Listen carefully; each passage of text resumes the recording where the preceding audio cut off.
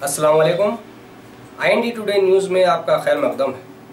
बहुत दिनों से बदमाश लोग फ़ोन पर आधार नंबर लेकर बैंक से रकम की सेटिंग कर रहे हैं। इसकी खबर सबको है, फिर भी लोग इनके झांसे में आ रहे हैं।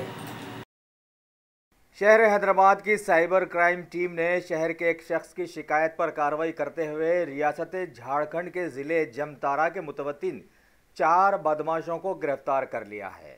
तफसीलात के बावजूद उन लोगों ने अपने आप को स्टेट बैंक ऑफ इंडिया का मुलाजिम बताकर फ़ोन पर शिकायत कुनिंदा से उनका आधार नंबर तलब कर लिया और फिर उनके अकाउंट से 1 लाख रुपए पार कर दिए। लिहाजा इस मसले को सुलझाने के लिए पुलिस को बहुत ही ज़्यादा जहनी जिम्नास्टिक करनी पड़ी और आखिरकार कई टीमें तश्कील देते हुए पुलिस ने उन्हें रियासत झारखंड से गिरफ्तार करने में कामयाबी हासिल की है।